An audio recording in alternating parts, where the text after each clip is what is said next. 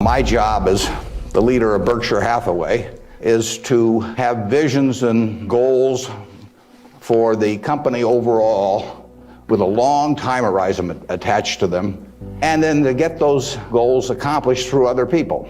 That's what it's all about. I can't do it myself, so I have to know where I want us to get to. I have to see over the next mountain if possible, but then I have to get a lot of other people to look over that mountain with me and really do the job. I mean, they are the ones that get it accomplished. So it's getting things done through other people. Now, Berkshire is like many large corporations in certain ways, but it's really quite different in many ways. We have over 150,000 people now working for Berkshire Hathaway in dozens of companies throughout this country primarily, and even abroad a little bit. We have exactly 15.8 people in headquarters, and Deb Ray came down with me today, so we've only got 13.8 there today, and we're probably working just as well with those 13.8 as we would if Deb and I were in the office. But that's an unusual organization. We have dozens of operating managers, CEOs of their businesses, out there running them today, and they do it without any direction from the home office except for one very limited piece of direction that I give them, which I'll get to in a second.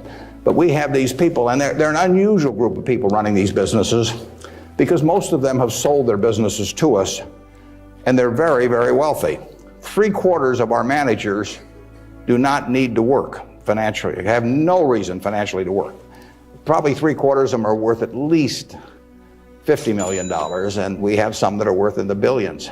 And yet these people jump out of bed every morning and work, and they work weekends, and they love working. And why is that? And what's the key to that? The key really is the same reason I keep working. I'm 72. I'm getting Social Security now, so I should be in Florida, pushing shuffleboard around or something of the sort. But I do what I can do. Anything in the world I want to do. But what I want to do is run Berkshire Hathaway. Now, why do I want to run it that way? There's a couple things. I get to paint my own painting. I go down there every day. And I feel like Michelangelo there, working on the Sistine Chapel or something. Nobody else may think it's a great painting, but I get to paint my own painting. I do not have people second guessing me. I do not have people saying, why don't you use a little more red paint than blue paint? Why don't you paint a seascape instead of a landscape? I get to do my own thing. It's a form of creativity. It's exactly like somebody feels it's a professional golfer or somebody feels it's a painter. They're not doing it for the money, primarily. They're doing it because they like doing something well, and that it happens to be down the route of their talents. And the second thing I like, frankly, is I like applause. I like appreciation. So I like having shareholders who feel good about what I've done. I mean, I have a 96-year-old aunt, and her husband went to the University of Nebraska too. And she has all her money in Berkshire Hathaway, and she counts on me. And she's out in Palm Springs now, and her whole net worth is in Berkshire. And I've got cousins, and everybody in our family has got all their money in Berkshire. And so those people are counting on me. And that's kind of fun to have something where you can actually deliver for other people and change their lives in positive ways. As a matter of fact, we had a couple that nobody had ever heard of up until a few years ago. The Othmers in New York, they came from Omaha. Not sure which high school she went to in Omaha, probably South High. They left $750 million when they died. Nobody had ever heard of them. And I think a substantial portion, went right here to the University of Nebraska. It was probably a total surprise to the university when they got, I don't know, you probably got 150 million or so. Yeah. Well, you should thank the Othmers, but nevertheless, you see the money, you see good things happening out of it. So it's fun. I mean, it beats playing golf every day or something of the sort. So I say, if that's what turns me on, what's going to turn on these managers that are out there running things like Clayton Homes, or we've got a company, Flight Safety, that trains more pilots than anybody in the world. Flight Safety is run by an 85-year-old man, Al Yulshi. Al started the company with $10,000 in 1951. It now trains 4 or 5 times as many pilots as non-military pilots as anybody in the world. And he is there at 85, and it's a matter of public record. He's got $1 billion worth of Berkshire shares. He works 7 days a week. He loves it. And he loves it for the same reason that I love what I do. He gets to do it his way. He buys these big simulators that you train pilots in. He doesn't have to check with me as to whether to spend $15 million for a simulator. he doesn't ask me. He knows so much more about it than I do. Why in the world would he ask me? Well, I can't tell what kind of a plane I'm in, when I'm flying around. And Al is spending a couple $100 million a year on simulators, spending Berkshire Hathaway money, and he never checks with Omaha. He's never had to come to Omaha for any kind of meetings. He runs his own business. And that's what he loves in life. And I let him do it. I mean, that's my contribution to it, is really turning loose his energies. And, they were properly directed before we bought the company 7 or 8 years ago. Why should I think that, he couldn't keep running it after that? And like I say, at 85, he's still running it. The second thing that our managers like, in addition to this painting their own painting, is they too love applause. I report in my annual report accurately what they have accomplished, but they accomplished a lot. You heard Susan Jock, I think, some weeks ago here. Susan came to Borsheim's, and she was making $4 an hour. $4 an hour. Before she was 40, she became CEO of the second largest independent jewelry operation in the United States, from $4 an hour. But it's talent, and Susan knows more about, I don't know anything about jewelry, you could hand me a phony diamond or a real diamond, I couldn't tell the difference. But if I started telling Susan what to order in the way of jewelry, or if I started telling her what kind of terms to extend to customers or who to hire or anything like that, she doesn't need that in life. She really owns Borsheim's. We have the stock certificate, we get the profits. We get accustomed to. But it's her baby. It's her baby. She decides, everything about that place. And so it's her creation. And that feeling of ownership is really extraordinary, and it's so much better. I mean, it's the way I like to work. It's the way Susan Jock likes to work. It's the way Al Yoshi likes to work. And Susan, like anybody else in this world, loves being appreciated. I mean, there'd be something wrong with her if she didn't. And the truth is, nobody appreciates her more than I do. I mean, she is a talent. We are lucky to have her, and we're lucky to have all of these other managers. So leadership at Berkshire really consists of taking a bunch of people who, in a baseball analogy, would be 400 hitters, and just handing them the bat and just telling them to get up their plate and take a big swing. There's very little to it beyond that. One thing I do is I send them a letter. We don't have meetings in Omaha. Some of our managers, there aren't any meetings, and there are no catechism or anything else. Once every 2 years, I send them a letter. This is it. Roughly one and a half pages or so. The only instruction they get from us. They don't send budgets to us. We don't care about those. Some of the companies use budgets, some don't use budgets. We adjust to them. Some of the managers I talk to a couple times a week because they like to talk frequently. Some of them I talk to literally once a year because they don't like to talk to me. And whatever, it's up to them. I adapt to them. The only thing I tell them, and this letter, which went out January 20th, 2003, it says it's been 2.5 years since my last memo. Now, how many big companies do you have the managers out there? Been 2.5 years since they've heard from the home office. It's been 2.5 years since my last memo. Here are a couple things to keep in mind. And number one, and this is number one every time, this doesn't change. It won't change 2 years from now or 4 years from now or 6 years from now. Number one, we can afford to lose money, even a lot of money. We cannot afford to lose reputation, even a shred of reputation. Let's be sure that everything we do in business can be reported on the front page of a national newspaper in an article written by an unfriendly but intelligent reporter. In many areas, including acquisitions, Berkshire's results have benefited from its reputation, and we don't want to do anything that in any way can tarnish it. Last year, Berkshire was ranked by Fortune as the 4th most admired company in the world. This year, we were 3rd in the United States. They just published it.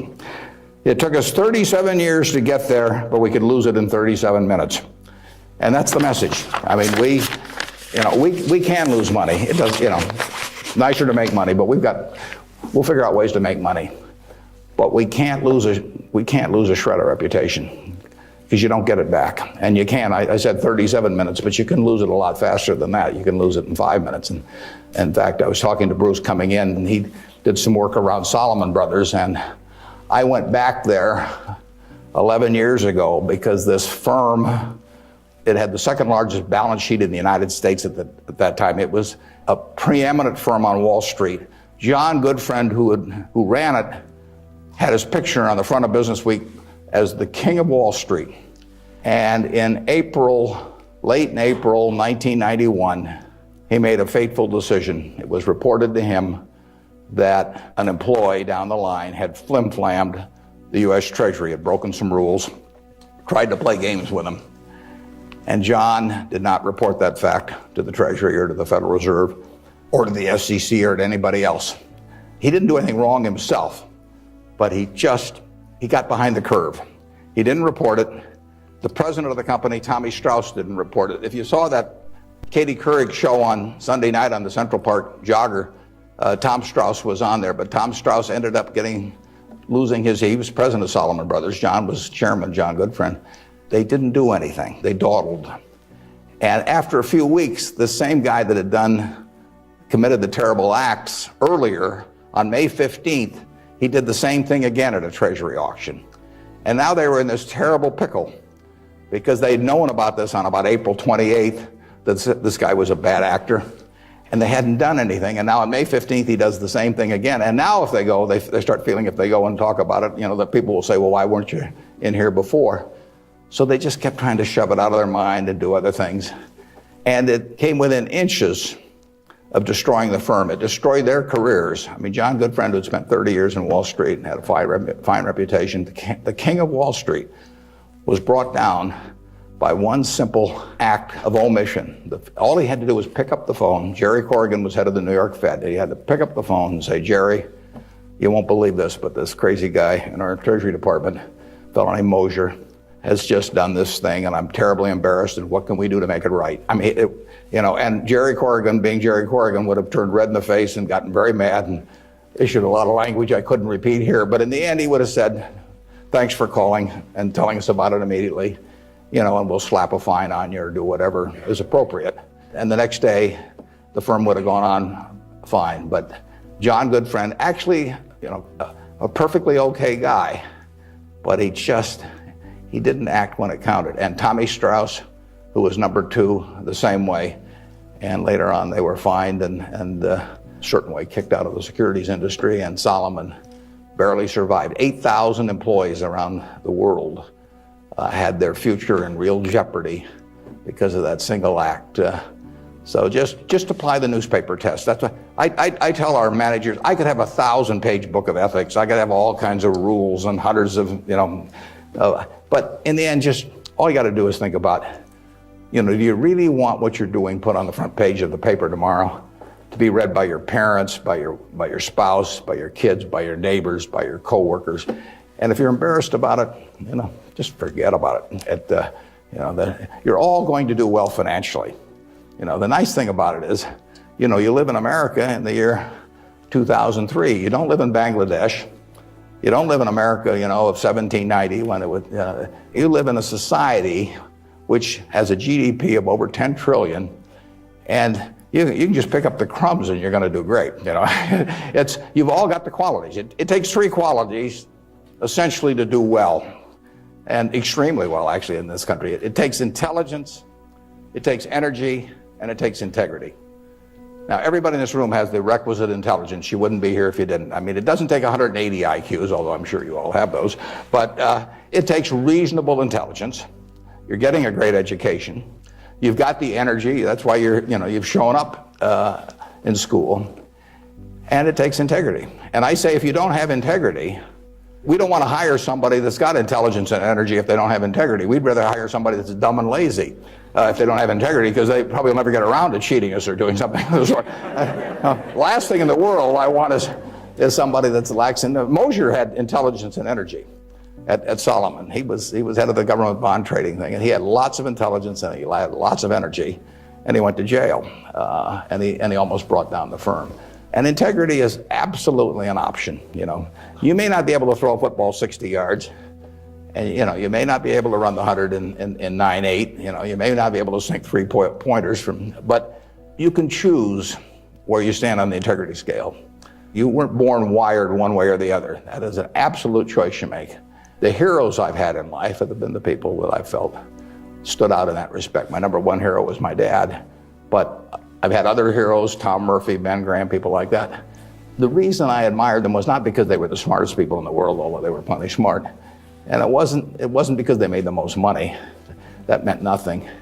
it's really because I felt they were the classiest people that I ever met in my life. I mean, I saw them behave over year after year after year in a way that I could write their story on the front page of any newspaper, and even in an unfriendly tone, and I could not do anything that would embarrass them in the least. They behaved extraordinarily well. And having the right heroes, is terribly important. You tell me who a 10-year-old's heroes are, and I can give you a pretty good prediction about how they're going to turn out. You want to choose your heroes very carefully, because you're going to look like them at some point, and you're lucky if you've got the right ones. I'll give you an aside, and then we'll get on to your questions. But it's something, you're not parents yet, most of you, but when you're a parent, you are the natural hero of your child. I mean, you're this great big thing, or there's two of you great big things, and there's a little tiny child dependent on you, everything. You are the natural hero. And anything they get in school, subsequently everything else, they're going to be shaped more by what they see in this behavior of yours toward them than anything that will impact them later in their lives. And if they want you to be the hero, you can destroy that, of course, and you've seen it done many, many times. But actually, if the parents are proper heroes, the child is about 90% of the way home. And you're lucky if you've had parents like that. And you can be that to your children, or you can be something else. And you're shaping that person. It's nice to learn accounting when you get to Nebraska, but the behavior model that you take on is incredibly important. When I came down today, it's been 54 years since I drove down what was then the Highway 6, the Cornhusker Highway, to come to Lincoln to school. And even then, there was a lot of nostalgia attached with it, because my father had attended the University of Nebraska in the 1920s. He was editor of the Daily Nebraskan, and one day a young woman from West Point, a student, came in to apply for a job as a reporter on the Daily Nebraskan, and my father not only hired her as a reporter, but he married her shortly thereafter. So both my parents attended here. My grandfather on my mother's side was here in the 1890s, and so a lot of good things have happened to me because of the University of Nebraska. I received a terrific education here. I was telling the dean the most valuable thing I learned here, but I learned a lot, but the most valuable was accounting, and we had a wonderful professor named Ray Dean. There may even be something named for him down here, isn't there? Yeah, he was, I'd been to the Wharton School. I went to Columbia Graduate School subsequently, and I took a lot of accounting courses, but by far the best instruction I received in accounting came from Ray Dean, and there's nothing more important. People ask me what they should take in business school, or even if they don't go to business school, what they need to know before getting in business, and I tell them, you have to understand accounting. It's the language. I mean, it's like being in a foreign country without knowing the language if you're in business and you don't understand accounting. So you want to get as comfortable with that as you are with the English language. It's made me a lot of money, because I listened to what Ray Dean had to say 53 or 4 years ago, and have been able to understand what I was seeing on pieces of paper, what that told me about businesses, and the limitations of what it told me about businesses. But that's the way we invest. Yesterday I was in Knoxville, Tennessee, and we bought a company. We agreed to buy a company called Clayton Homes about a week ago. It's a big company in the manufactured home business. We agreed to pay $1.7 billion for it. I made that deal over the phone without ever meeting the people there, but I had seen enough through reading 10Ks, 10Qs, annual reports, but looking at figures, what they tell me in terms of the kind of people even running the place, the kind of accounting decisions they make and so on. I was able to make that $1.7 billion transactions over the phone. Yesterday was the first time I'd met the people, and their board of directors had actually approved the deal a week earlier. I couldn't have done that if I hadn't have had a great time in Ray Dean's class 53 years ago. So if I'm going to tout one thing, aside from this particular leadership class, of course, if I'm going to tout one thing, I would tell you that get comfortable with it. It may not happen the first week or the first month in the class, but but get very comfortable with accounting. So I run into CEOs periodically who really don't understand it. And they try to bluff their way through. You can see in their faces, they're frightened almost when somebody hands them a balance sheet or an income statement. They really don't know what it means, and they have to count on somebody else. And that's something you shouldn't count on. We make all our acquisition decisions ourselves. I mean, we don't call in consultants or anybody. We don't call in investment bankers, much to their disgust. No investment banking fees in the Clayton Homes deal, because it's my responsibility running Berkshire to understand enough about our acquisition decisions to make them based on the numbers that I see and what I see there. This course, however, is about leadership. And I'd like to talk just for a minute about that. And then I'd like to really talk about whatever's on your mind, and we'll get questions. But, leadership obviously it's a very simple thing in concept. Let's talk about what's on your mind now. Good morning. When you were rejected from Harvard Business School, there's obviously somewhat of a failure in your mind. How do you adapt to your failures in life to make you more successful? Yeah, well, that's a very good question. How do you turn failure into a plus? It's true. When I was at the University of Nebraska, one day I was reading the Daily Nebraskan, and it said in room 300 or something, at 3 o'clock there will be this panel of 3 professors here at the university, and they're going to award the Nathan Gold Scholarship. I don't know whether you still have that around.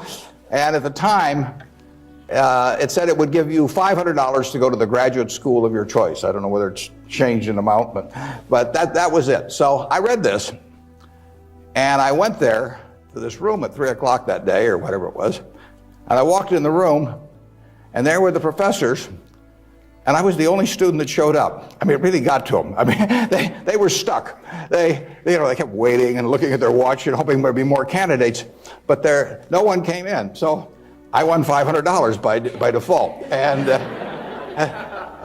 those are usually my biggest triumphs when nobody else shows up. And so here I was. I had $500 to go toward it wasn't limited as any graduate school for a master's degree. So I applied to Harvard. My dad wanted me to. And I shortly heard from Harvard, and they said, go to Chicago and meet this fellow who interviews applicants from the Midwest. So I got on the train, and that's what you did in those days, and I spent about 10 hours on the Burlington going to Chicago. Then I transferred to another little interurban train to go up to this country day school where this fellow was the headmaster, and he was the big interviewer for Harvard. And I got there, and after about 10 minutes, he said, better think about something else. He come back later on. I was 19 at the time, and I looked about 12, and I acted about 8. So it was not a great combination. So he said, forget it. So I took the little interurban train back to Chicago, and I took the 10-hour train back to Omaha, and all the time I'm thinking, what do I tell my parents? It's kind of embarrassing. But it was the luckiest thing that ever happened to me. Because if I'd gone to Harvard, I would have gone to a 2-year business school. I instead applied to Columbia, where I could graduate in 1 year and get a master's degree. Luckily, by the accident of it and being in the Nebraska National Guard, which did not get called up for the Korean War, I missed going in the Korean War. I got to meet Ben Graham, which had an enormous effect on me subsequently. And I probably got my wife that way because she was going to Northwestern, and I was able to put on sort of a full court press because I got out in 1 year, and otherwise she'd have met some other guy. I mean, I got her before the competition showed up, and so it worked out wonderfully. It couldn't have worked out better. That's been my life, basically. I mean, things, you will get some disappointments, but the future is what counts. It'd be fun if I knew every decision I was going to be perfect. It would not be as much fun. It'd be like playing golf and knowing you're going to hit a hole-in-one on every hole. You wouldn't play golf if every time you got on a tee, you just took a swing and the ball ended up in the hole. It'd be fun for a few days and you get on TV, but the game would not be any fun. So it's failure, and I wouldn't even consider them failures, but they're mistakes or whatever you want to call it. They're part of the game, and in the end, you go on, and we've made plenty of mistakes in business. We'll make plenty more, and the Babe Ruth and for a long time It subsequently got eclipsed by a few fellows, but he held the record for strikeouts. He also held the record for home runs and was the highest paid baseball player until the modern era came along. So it's part of the game. If you take big swings, you're going to miss sometimes. But the Harvard thing, you'll get a kick out of this. They invited me back to the 25th anniversary of this class to talk to them, and I went back. It was kind of embarrassing because this was the 25th reunion, and the class was talking about the next 25 years to these alumni that were back after 25 years. And my job was to talk about the next your financial future in the next 25 years. This was in, whenever it was, in the mid-70s. And right before me on the program, Masters and Johnson were talking on the next 25 years of their sex lives. So nobody stayed around for my talk. But that night at the alumni meeting, the fellow who was president of the class stood up and said, we're big enough to admit when we make mistakes around here, and we turned this guy down and threw him back in the water. And so now we'd like to make him an honorary member of the class. So they did it, and they voted, and everybody voted for it. And I stood up and I said, I recited the story that I told you. And I told him, I said, at the time I was kind of philosophical about this. I was young and maybe my grades weren't that good or something. And so I took the rejection kind of well, but I said, now that I've met the people that got into class, I'm really sore. Okay, who's next? I guess my question for you was, after you're dead, how do you want to be remembered? And how do you go about in your daily life ensuring that you're going to be remembered enough? Yeah, well, really, I only want the minister to say one thing at my funeral. If he gets up there, and they play a few little hymns and everything, maybe they'll play There Is No Place Like Nebraska. That'd be great. I just want him to stay up there and say, my God, he was old. I'll settle for that. But the truth is that to some extent, Berkshire is my creation. So I would like, to the extent that people regard that well, that's what counts. I mean, that's my painting. And I hope that people look at, I've been running it out for almost 38 years, just about 38 years exactly. And that means I only got another 30 or 40 to go. And I hope that we have done some things differently than other corporations. We've operated on a different model. And I hope two things about it, actually. I hope, A, that people realize that model works and why it works and so on, because it does conflict with certain management theory over the years. And secondly, the important thing is that it lasts well beyond me. I was down at Walmart 6 months ago and talked to their management group, and I had a great time. What is really astounding, I voted for Walmart as the most admired company in the country last year. That's where my vote went. It was astounding what Sam Walton built, starting in Bentonville, Arkansas with a pickup truck, taking on JCPenney and Kmart and Sears and all of these people with no money, no real estate, no preference with vendors, no credit card list, anything. He just took them on, and of course he just ran away from them. But the really impressive thing about Walmart is that Sam died about 11 years ago, and that there's been no momentum lost. I mean, what he instilled in that company, nobody else could have built it like Sam, but David Glass first and Lee Scott now as the CEO, they have kept that company with its special culture going at full steam ever since. And that's really what I hope, happens with Berkshire, and I've tried to think about ways to make that happen. But the real test will be if 10 or 20 years after I die, that the special culture that I think is part of Berkshire is not only just as strong as ever, but even stronger. We have a situation at Berkshire where in 38 years, we got all kinds of CEOs out there running all kinds of businesses, 3 or 4 of them in Omaha. We have never had one CEO ever leave us, period, to go someplace else. I mean, I don't know that there's any place like that in the country. So it's been and we've never issued a stock option. You read in the papers that you got to have stock options to attract quality people, that sort of thing. I mean, we've never had a share of them. And in the end, I don't know how many dozens of managers we're talking about, but no one has ever left for another job. And some of them have been offered way more money.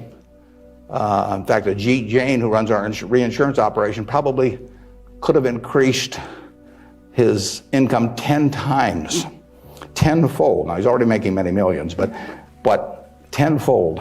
But he doesn't want to leave. And that is the culture that I hope we can maintain, and that's what I'd really like to be.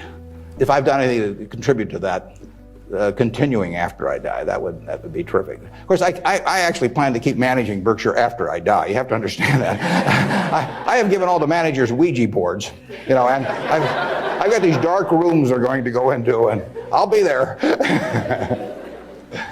Mrs. B at the Nebraska Furniture Mart worked till 103 at Berkshire, and she's sort of our examples. And then she took off from work, and she died the next year. So it's very dangerous to quit as early as that. How do you determine where you make your donations? Oh, well, there's a Buffett Foundation. Eventually, it will have everything. I mean, basically, everything I've made will go back to society. America's done it for me, and that's where it should go. I've got about an 8-page letter that the trustees have already seen. Incidentally, there's very few trustees. I don't believe in large groups of people making decisions. It gets to be, it sort of descends to the lowest common denominator. So there's only, maybe 5 or 6 trustees. Interestingly enough, not just by accident, but I picked the people who I trust the most in terms of both their intelligence but also their quality to run it. After I die, the people I feel the surest of, a significant majority will be women. It'll be a woman-controlled foundation, and probably the largest foundation in the world at the time, but with a very small number of trustees. I have, in my letter, I tell them that I'm not going to give them any specific instructions as to what to do with the money. I tell them that their judgment above ground will be better than my judgment 6 feet underground. So in the end, I want them to do a couple of things. I want them to attack really big, important causes. I don't want them to give $1 million here and $1 million there and to everybody that asks that they know and that sort of thing. So I don't want them doing things with an eyedropper. I want them to take very big swings. And then I want them to measure what they're doing by the importance of what they're doing as contrasted to the natural funding constituency for that. Now, take in the health field. I mean, you got the National Institute of Health spending billions and billions of dollars. You got all kinds of money going into medical research. It'd be crazy, in my view, for the Buffett Foundation to be engaged in medical research. It's not that the subjects isn't important, but there's already a huge funding constituency. It would be crazy for the money to go to Harvard or something of the sort. It isn't a fine educational institution, but you've got all of these people that give money to Harvard, and they've got a rich alumni base and all of that sort of thing. So I want the combination of a terribly important program and the lack of a natural funding constituency. Well, where do you find that? You find that with unpopular causes to quite a degree. Rockefeller felt somewhat the same way. It's interesting. He was the first major patron of any sort of black colleges in the United States. Now, if you think about it, black colleges had no funding constituency. I mean, their alumni didn't have any money, basically, if you go back 75 or 100 years. So there wasn't any money coming, and people didn't build great businesses and then leave tens or hundreds of millions of dollars to the institution. And it was self-perpetuating. And so Rockefeller stepped in, and he took a group of black colleges and funded them in a very, very big way. And I admire that kind of a decision enormously. Otherwise, nothing would have happened. And that's what I hope the trustees of the Buffett Foundation do. I was with Bill Gates last week, and I consider his foundation, he and Melinda together, because they're equal partners in it, I consider their foundation to be the most logical big foundation in the world. They're giving away about $1 billion a year. Now, Bill and Melinda said to themselves, how do we save the most lives per dollar spent in the world? And they decided that in certain major medical areas, that what was being done abroad in many countries was zilch in terms of these things that were easily preventable by vaccines or various other things. And they decided they could save huge numbers of lives per $1 billion spent. But they'd be spending it, in places like India and Africa, where they would get no credit in the United States. I mean, no buildings with their names, no nothing. But that was their metric.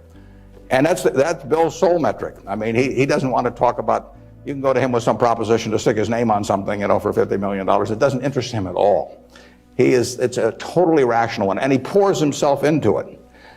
He has educated himself on on medicine, and particularly medicine outside the United States, in a way that I've never seen anybody.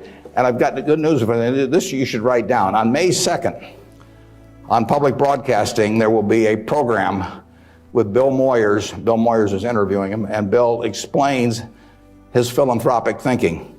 I went there. It was taped at Columbia University. In fact, you may even see me in the audience sitting next to Melinda, but it's going to be a great program. They took about an hour and 20 minutes, and it's going to get edited down to 56 or 58 minutes. But you will hear as cogent an argument for rational philanthropy on that program as you'll ever hear in your life. So it's interesting. That program came about because about 2 years ago, I asked Bill a question at a group I get together, something akin to what you asked him. I asked him to talk about the evolution of his philanthropic thinking. And there were a group of about 60 of us there, and he talked to us, and I mean, it was a fabulous talk. And I said, you know, you got to get that out in the public domain somehow. So this thing with Bill Moyers does that. If I die tonight, all my Berkshire shares, which are 99% of my net worth plus, go to my wife. If she dies first, hers go to me, and then it all goes to the Buffett Foundation, and it will then be active on a very big scale. And those are the guidelines, and who knows what those problems will be. I mean, it might well have been civil rights in the early 60s. I mean, the civil rights organizations, you know, were not being funded by anybody, and I mean, money wasn't the big problem, but it was a problem in the civil rights arena. And there was no natural funding constituency for that. It was an important, very important issue, but it was an unpopular issue in many respects. And it seems to me that's where the money should go, particularly if you have it on a big scale where you can really do something.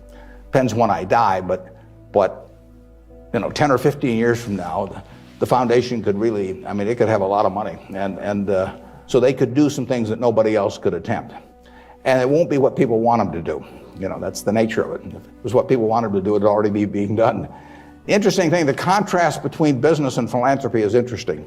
In business, I swing at easy pitches. I stand there at the plate, and if I like pitches 1 inch above my navel, right in the center of the plate, I can wait and wait and wait because there's no called strikes. You know, as long as that bat's on my shoulder, nobody's calling a strike. If the pitcher throws me General Motors at 36, IBM at 82, Microsoft at 25, and I don't swing, it's not a strike. It's not a hit either, but it's not a strike. Only when I swing is it a strike. So I wait for easy pitches.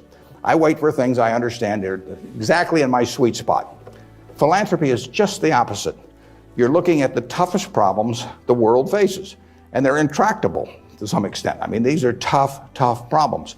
They have resisted the utilization of money over the years, and that's what makes them tough problems. I mean, the problems you can solve with money are the easy ones. It's the problems you can't solve with money. So they are very tough problems. One thing I've gotten involved in just a little bit recently is something that Sam Nunn is heading, the former senator, called the Nuclear Threat Initiative.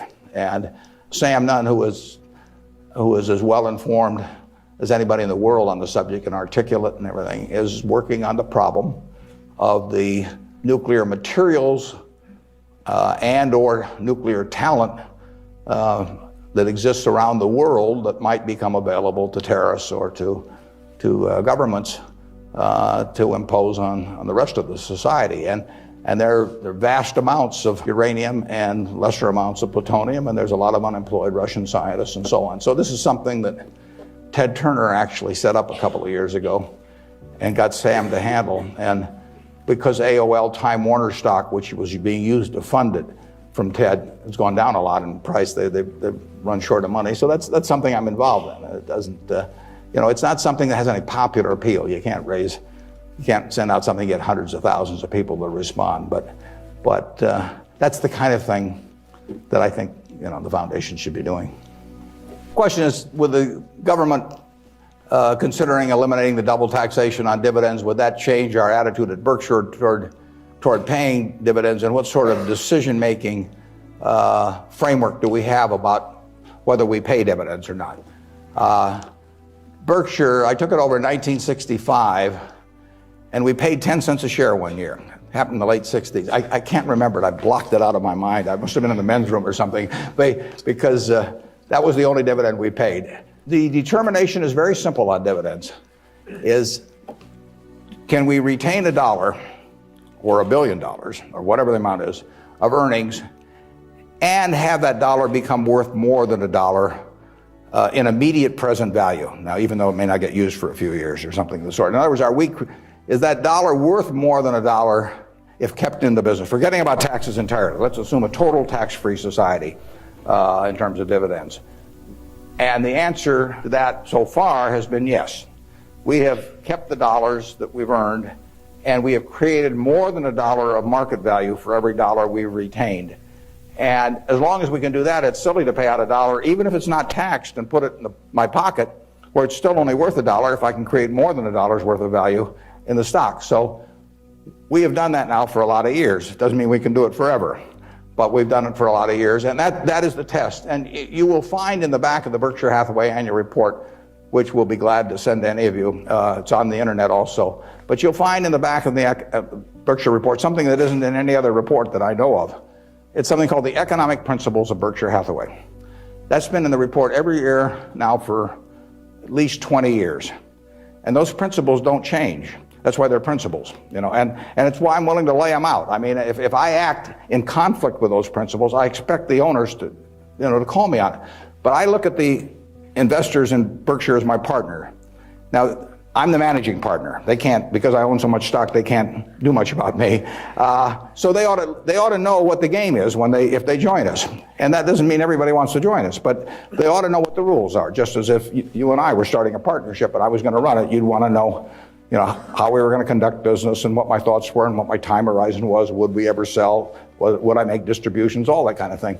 So those principles cover this point you raised. I don't forget whether it's the third or fourth one or something like that, but it's explained there, and I want people to I want our owners to understand it. I mean, I look at every owner when I write my annual letter to shareholders, which takes me an ungodly amount of time. I mean, it's miserable, but nevertheless, it's important because it is the one time a year I'm talking to my partners. And when I started out, I actually mentally put Dear Doris and Bertie, because those are my sisters, and they have all their money in Berkshire. They're smart, but they're not financial types. I mean, they're not spending their time on that.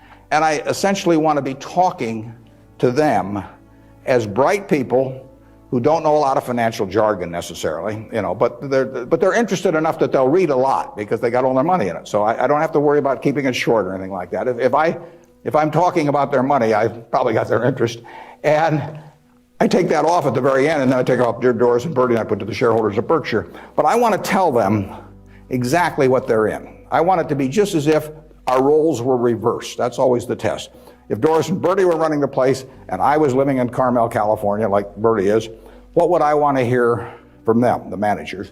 And one of the things I'd want to hear is just exactly the question that you asked. What is your attitude about distributing money from the company? Because I get to make that decision along with the board of directors, and they don't. And some managements withhold money that really belongs to their owners because they like building a kingdom. Some of them, do it out of fear or anything like that. I think I'm doing it for a rational reason, and I want to explain that reason, but I tell them how to test me on that too, because I think I should be tested. And it's a very important relationship that really has deteriorated over the years, in my view, between management and owners. I mean, you've seen in the last 10 years a slippage, in my view, of the behavior of American CEOs. I mean, obviously all kinds of exceptions, but it's very interesting because they're not crooks or anything, most of them. There's a few, and they've gotten a lot of publicity lately.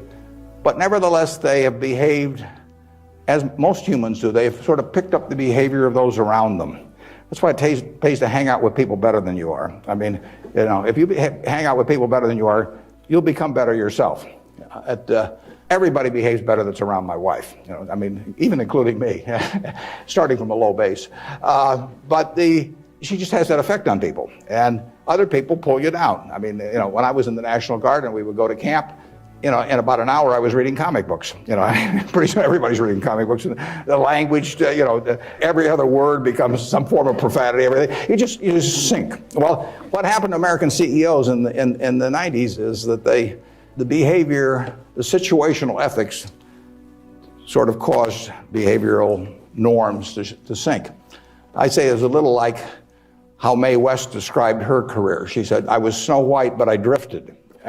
And American management drifted to quite a degree during that period. I think it's very important, what that relationship is. People have given you their money at Berkshire Hathaway or any other company, and I'm a trustee for them, in effect. And then the question is, they ought to, since I control the place, they ought to know the yardsticks. So if you do go to our website, go to the back of the report, and there's something that says economic principles, and we try to discuss everything that's important. And I tell them I'm going to put them in there every year so that they can, they can hold me accountable. Yeah, and the question is about the personal qualities we look for in the executives we place at our various companies. The first thing is we don't usually place them. I mean, they come with them. We don't have anybody to place. So I have the problem occasionally, if somebody dies, or to replace a CEO. But most of our CEOs came with the deal. Clayton Homes, which we're buying, comes with Kevin Clayton running it. We will put no one in there. He will run the place just as before.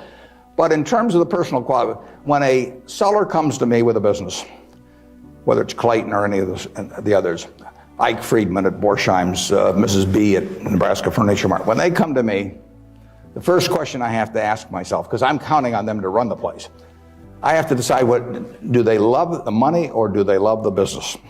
Now, there's nothing wrong with liking the money. I mean, they all like money, but they've got to love the business. They got to have a passion for it. Because if I give them a whole bunch of money and they love the money and they don't love the business, no matter what they tell me, 6 months from now they'll be gone. They'll just all of a sudden say, why am I getting up at 7 in the morning just so I can send a lot of money to Omaha? It won't work. So they have to love the business. I want people with a passion for the business. I used to say that I had a one-line employment form, one-question employment form. The question was, are you a fanatic? If you answered yes, you got the job. Because I want somebody who's fanatic about their business. You want people that love teaching if you're in a classroom. If they don't have the passion for it, it doesn't work very well. So now, if they've got the passion, and our managers do, but not everybody would. The financial operators don't. We've never bought a business from an LBO operator or a financial operator because they don't give a damn. All they want to do is make sure your check clears, and they're gone. And it isn't going to work if we try to buy from them. So we buy from these people who love their businesses. And really, my job is just to make sure that I don't mess it up and create conditions that cause them to quit loving it for some reason, because they come in loving it. Only I can mess it up.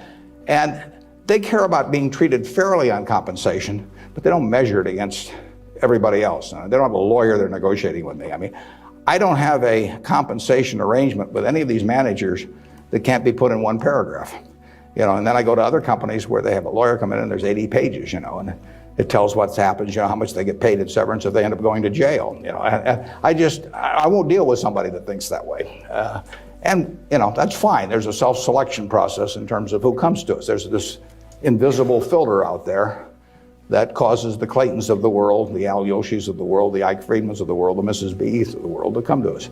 When I made the deal with Mrs. B in 1983, Mrs. B had another offer from somebody else that was somewhat higher. And she just said, I don't care. She only owned 20% of the company. She had 4 children, they each owned 20%. She told them, I'm selling to Mr. Buffett. She always called me Mr. Buffett up till when she was 104. In fact, when I'd walk in the store, she'd say, here comes my new young boyfriend, which I don't get that a lot of places, I can tell you. She built this thing. She came over here in 1921 or 2. She landed in Seattle with a tag around her neck. She couldn't speak a word of English. Said Fort Dodge, Iowa. She couldn't communicate. She just had the tag. The American Red Cross got her out to Fort Dodge. And for 2 years, she got no place because nobody spoke Russian or Yiddish, actually. And so she moved to Omaha just to be around some other Russian Jews who she could at least talk to. She learned the English language when her oldest daughter, Frances, would go to school and come home at night and teach her the words. And she started out and she started sending $50 at a time over to Russia to bring her siblings. She had 7 siblings, and her mother and father to get them over here. After 16 years, she brought all the family over. She'd saved $500 in 16 years, peddling used clothing, whatever. And she started the Nebraska Furniture Mart with that $500. And it's now the largest home furnishings complex in the world. And it all came from the $500 in a very special woman. And can you imagine building something like that and selling it, to some financial operator who's going to resell it, and try and go public with it a couple of years later? And it meant something to her. She wanted it to continue like it has continued. Those are the kind of people we want to attract. It isn't so much me selecting them, it's them selecting Berkshire. I mean, that's the key. And frankly, we've gotten to that position in this country where the people that do care about their businesses, good-sized businesses, there's no second choice besides Berkshire. We get them. They come to us. We had a woman, Doris Christopher, come to us last year. Doris Christopher, in 1980, had 2 little girls, lived in Chicago, lived in a probably $20,000 house, and she and her husband both worked. She's looking for something to do to make a little extra money. She thought about catering and decided that would take her away from the kids too much. So she decided that what she knew best, though, was she'd been a home ec teacher. She knew cooking, and she knew the kitchen and what was useful to people. So she borrowed $3,000 on her life insurance policy. That's all she had. She went down to the Merchandise Mart in Chicago and said, what's the least amount of this utensil or that utensil a manufacturer would sell? Usually a dozen. And she took them home, and then she got the idea that she would hold these parties, essentially, in people's homes. And so she arranged with a woman in suburban Chicago to hold the first party. She almost turned back. She started driving there, and she thought, oh, they'll laugh at me, and I'll knock the stuff over, and they won't buy. And what you do. She was very unsure of herself. But she went there. She sold, I think, $175 worth of goods that night. She sold me her business last year. That business made $140 million pre-tax from this $3,000 investment.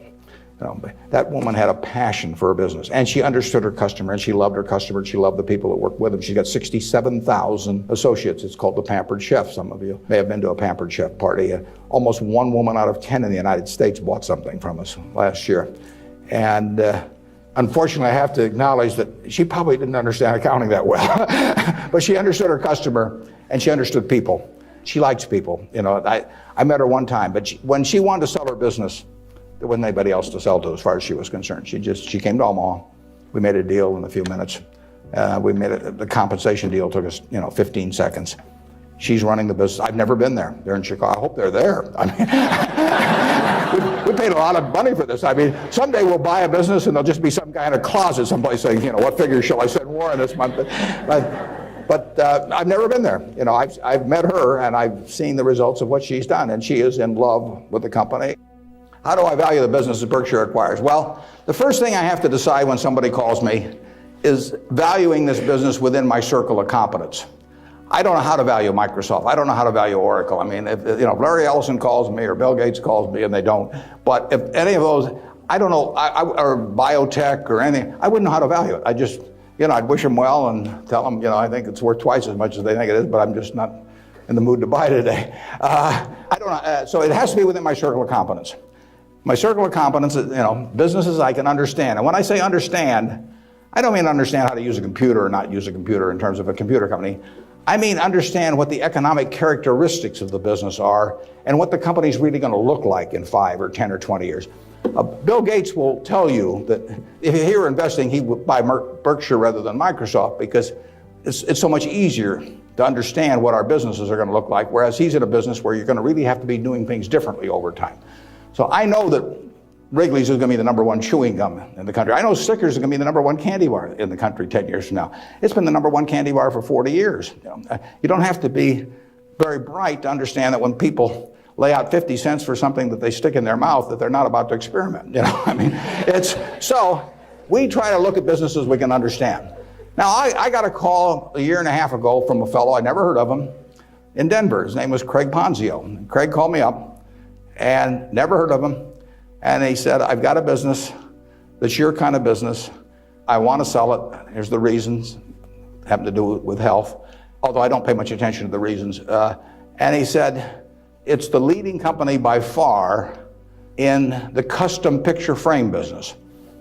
And he said, let me tell you why it has what I call durable competitive advantage. That's what I call a durable competitive advantage. He said, let me tell you why it has it. He said, there are 18,000 people that frame pictures in the United States, little mom and pop operations. Every town, Lincoln will have a half a dozen, Alma will have a dozen, and they frame pictures. I go over to get a picture framed, I hand it to somebody, I say, I follow their judgment. I say, biggest thing I want is I want a good looking frame. I want it back soon. I want quick delivery. Well, with 18,000 people in that business and a zillion kinds of picture frames, nobody can carry a big inventory because they don't do that much business. I mean, it's not Walmart or something of the sort.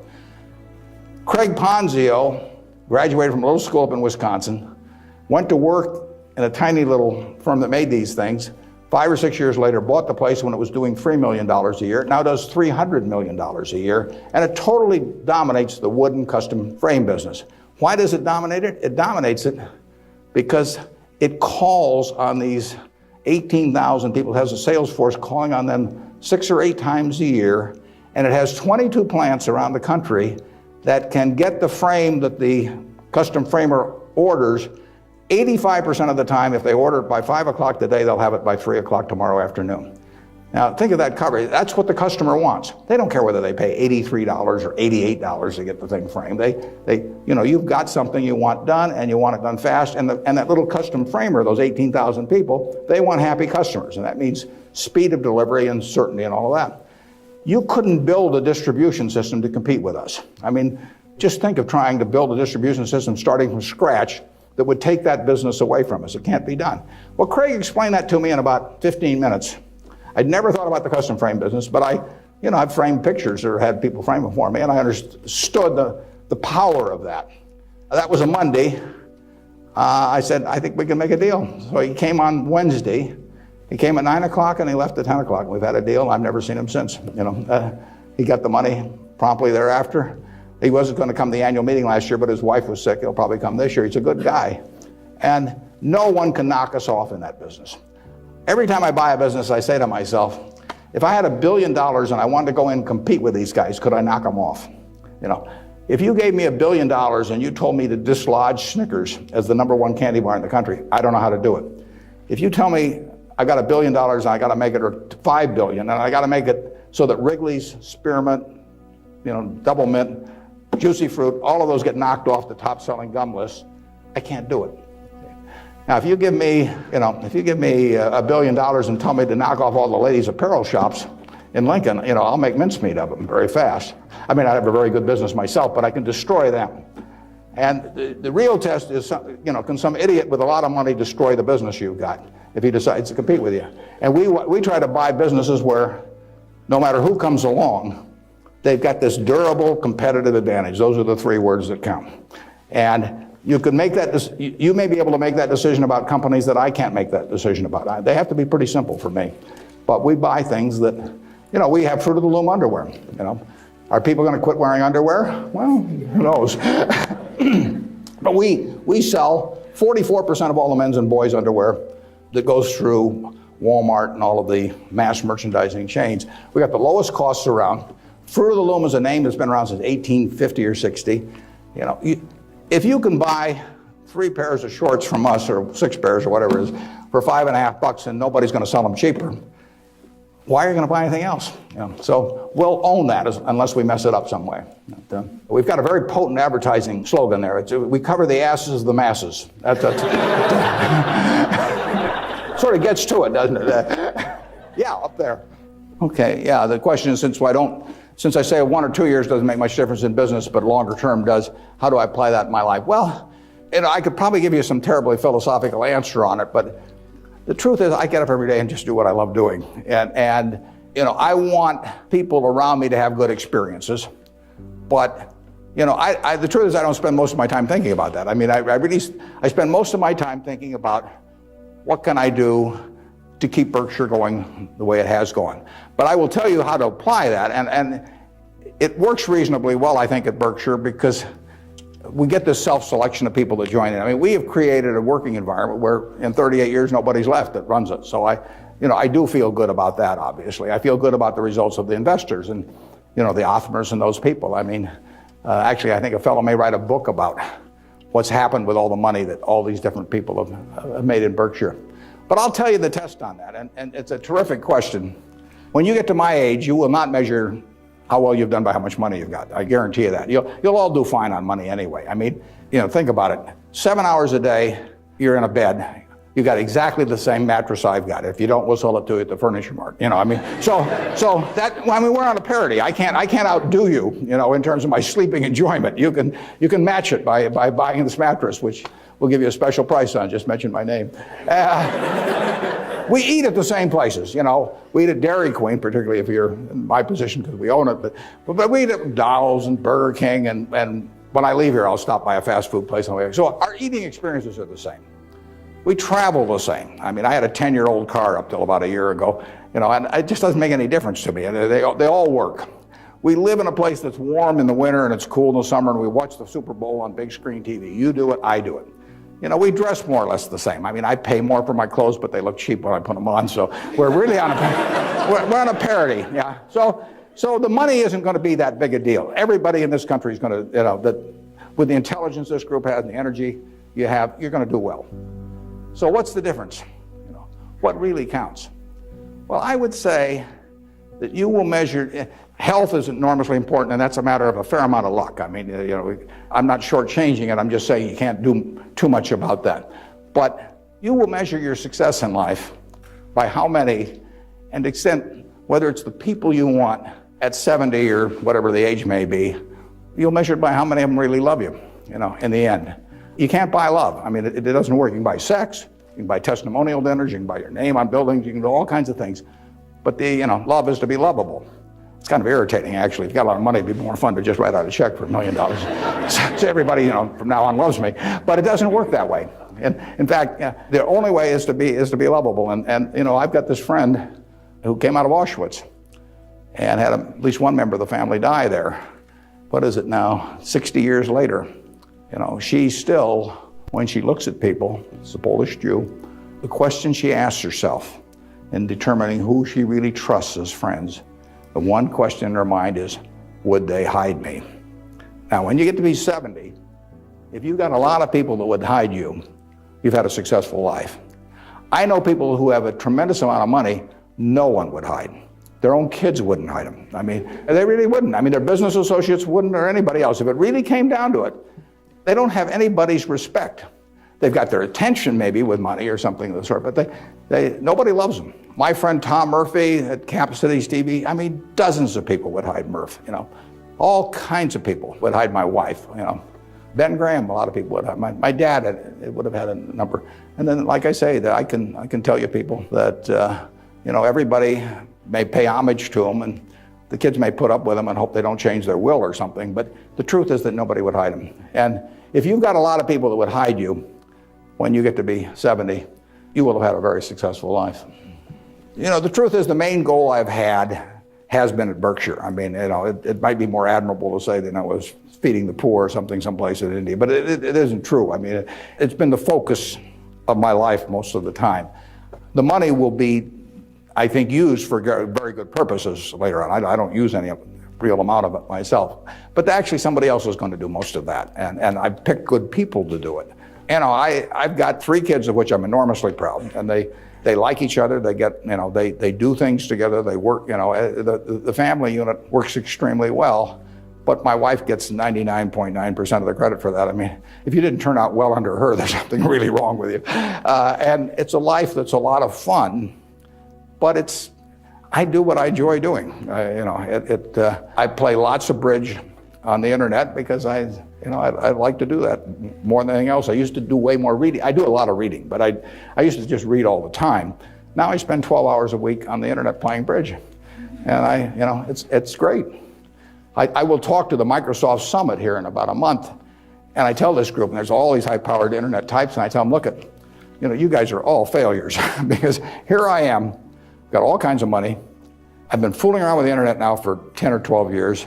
I spend 12 or 14 hours a week on it, mostly bridge, but I do, the Google searches, and if I'm writing a talk, I look up all kinds of information on it.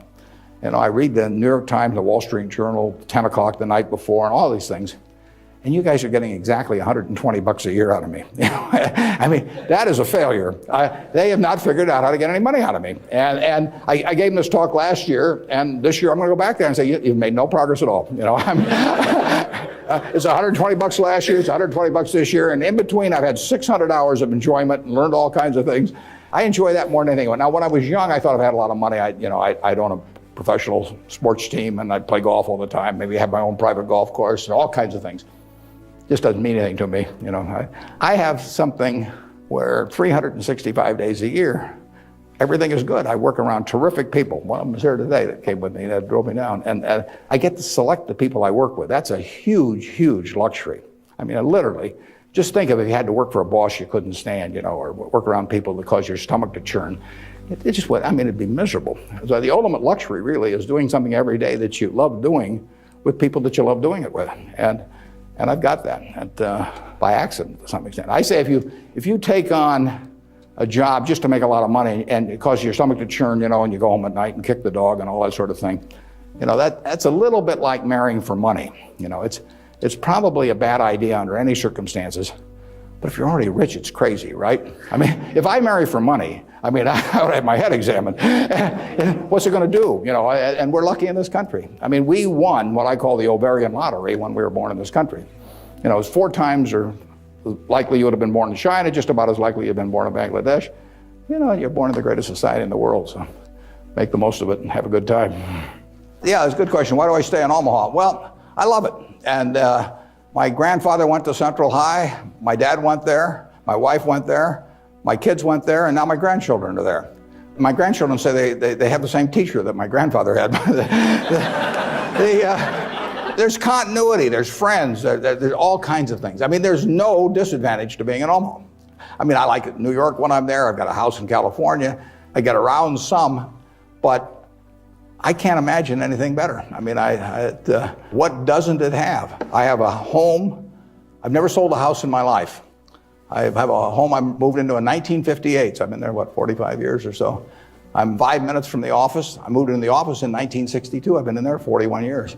We've just gotten so we take a whole floor. It's taken us 41 years to where we can use a whole floor. Kind of discouraging. But there I am, 5 minutes from the office. Everything's easy, and it all works. I've known the doctors all my life. I've known everybody. I feel connected. My aunt taught in the public school system in Omaha. I've named a scholar prize that I give after her. But it all means something. And I've lived in New York for a couple of years. I lived in Washington, D.C. for some years. I never felt that kind of connection at all. And there's absolutely no disadvantage. I get the same information. Actually, with the internet and and Bloomberg and all of that, no one can get any information any faster than I can get it. And there's just no downside. And I think it's been a terrific environment for my kids to grow up in. My kids have grown up in a neighborhood, perfectly normal neighborhood. No fences around it, no golden ghettos or anything of the sort. They've gone to an integrated public school. School that's probably had between 20 and 30% black students for 75 years. They have great teachers. Part of education is a total life experience. And I think it's great that we have a good public school system in Omaha. If I lived in Washington or Los Angeles or New York, I'd have to send my kids to private school, and I wouldn't want to do that. I'd do it because I wouldn't send them to a vastly inferior school just to prove some point. But the nice thing about it is I haven't had to make that choice in Omaha. I've got classy public schools, the same kind I went to 50 or 60 years ago. And they get more out of that experience, in my view. They have a better balanced view of life going through that experience than if I sent them off to some private school. I was with, actually, last week, there were 6 couples. Bill and Melinda Gates arranged it, and they had the headmaster of a private school in Seattle that Bill went to, and it's a classy school. But I gather in terms of the public school system that you're making a conscious decision to hurt your kid if you don't send them to a private school, if you can afford one, and that's why these people do it. And I don't blame them. I do the same thing. But the nice thing about it is that Omaha, and I'm sure Lincoln as well, and throughout Nebraska, we have kept a good public school system. And frankly, I think that's one of the most important things in America, because one of the things has made America what it is. Think about it. 1776, 3 million people in America, 300 million people in China. They had 100 times as many people. They had the same IQs we had. They had the same physical abilities and all of that sort of thing. They had a culture that went far back. They had lots of natural resources. We didn't know about it then because we didn't have oil and they didn't have oil, but we both had oil in the end. Coal, all of these things. The educational institutions that far surpassed ours at the time. And now we end up, 230 years later, we end up with, 36 or 7% of the world's GDP, from those 3 million people. Something about this system really works. Now, I think one of the things that works about it is we come closer to equality of opportunity than any major country in the world. But one of the keys to having equal opportunity is a good public school system.